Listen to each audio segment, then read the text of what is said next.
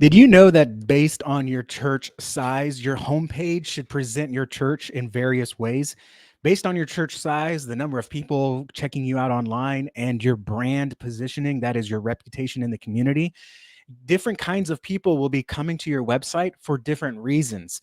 And to best improve the guest journey on your church website, that is, in the same way you have guest greeters and hospitality ministry guiding people who are first time visitors to your church, you can guide people to discover your church and create a great first impression of your church.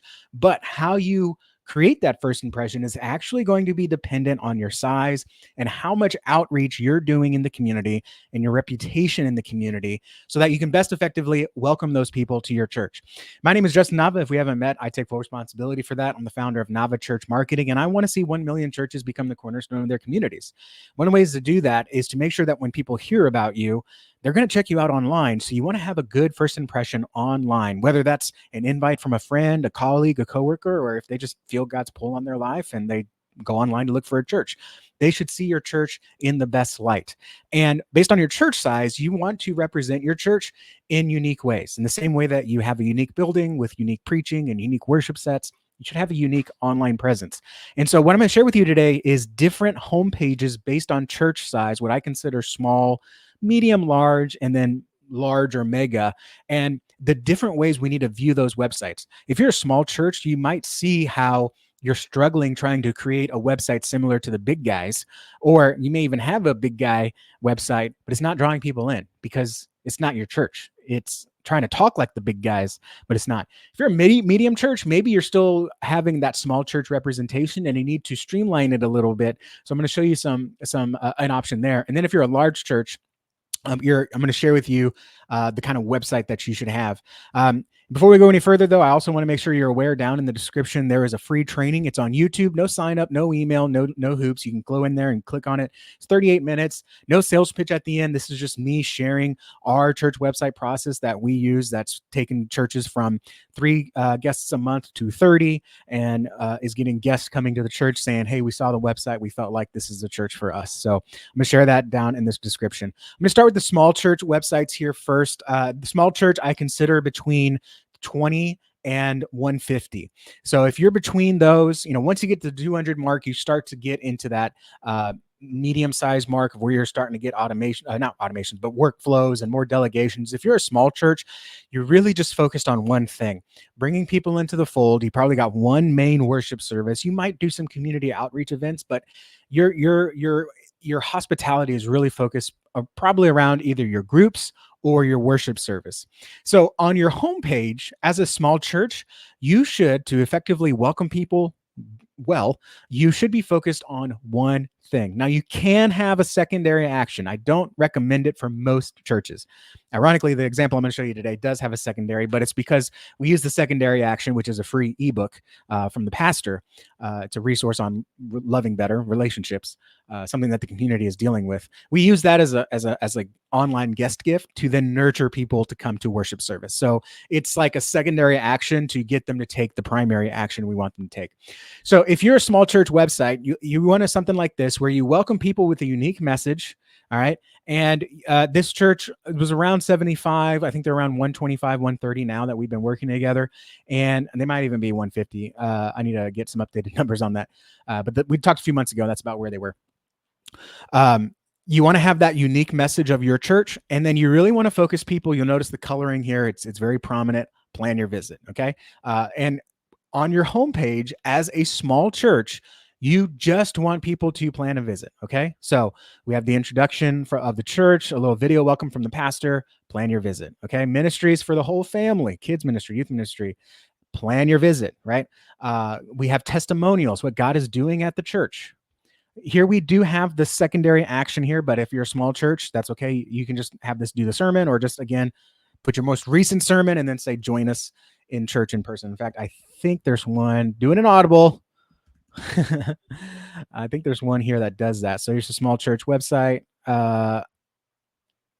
And we don't have the most recent service on there. So that's too bad. And then you want to have a final call to action here. We want it to be a little bit more like a pain relief, a little bit. Like, I know you're upset. I know you're lonely. I know you're frustrated. This is where you can find hope, peace, and joy through Jesus Christ. So the last section, again, plan your visit. So if you're a small church website and you're a small church, actually, if you're not a small church, if you're a small church with a website, you should mainly be focused on people coming to your worship services or your groups, whatever that one thing is. Okay. If you're a small church, you don't do a million things well. You don't even do a dozen things well. You may not even do 3 things well. You do 1 or 2 things really well. Your website should focus people to those 1 or 2 things. If you just have a bunch of events, well, guess what? When it's not event season, your website's going to look sparse. If you don't have much going on, it looks like you don't have much going on in church.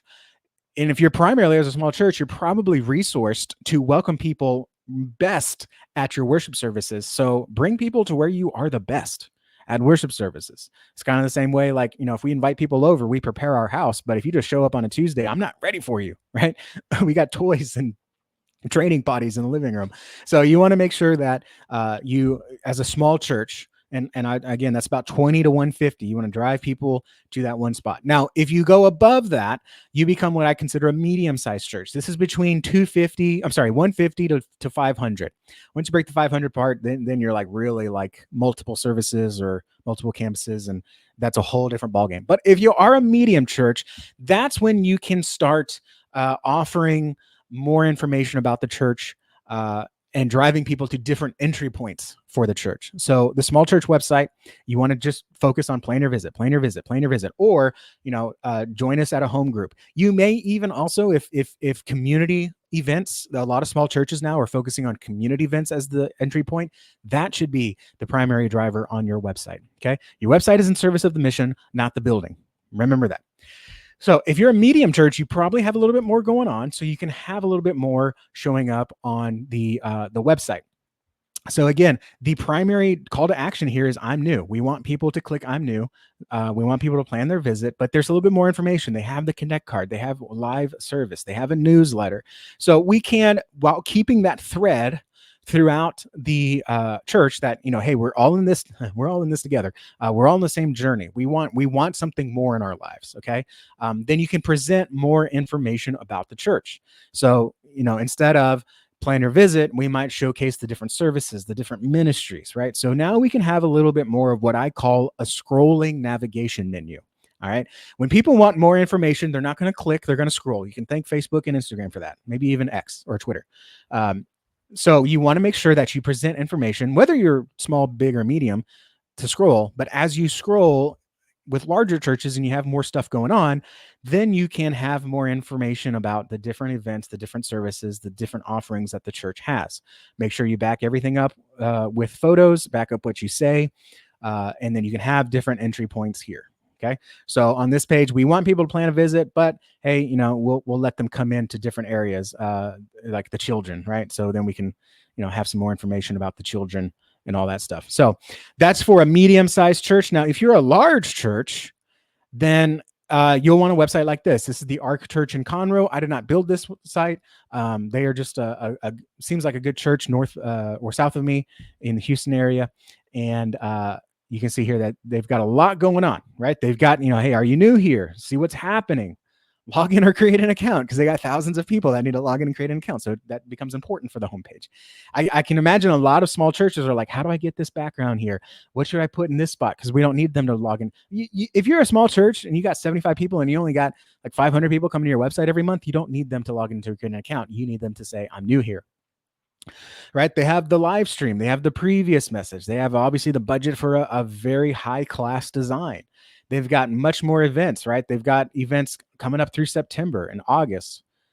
And look, okay, so it's Wednesday, August 14 and 21. So it's not the 14th here. So looking for more events, right? Because a lot of people are going to come to this website looking for events because they've got a lot of events going on. And they also got a lot of stuff for a lot of resources that they can put on here. Okay, so we can go more in depth. If you're a larger church, you have the brand recognition, you have the trust and reputation to keep people on this homepage longer to find what they need. Okay, because remember, if someone's looking for something, if I'm looking for events, I might click this, but I might just like, oh, let me check out this place a little bit more. Okay, well, yeah, okay, here's all the events. So yeah, let me click here. Okay, you will actually get, according to the data that is like we have, you will get more clicks on this calendar button than this event button. from first time users, I should say, from first time users. So that's very important. If you're a larger church and you have things going on, you want to have that scrolling homepage. But if you're not a large church, if you're a small church and you're not doing all these events, you don't have live streaming. You might have 3 of these, you might have just 2, and you definitely don't have all these resources that they have. I prayerfully you will someday, and I want to help you with that. You don't have an app.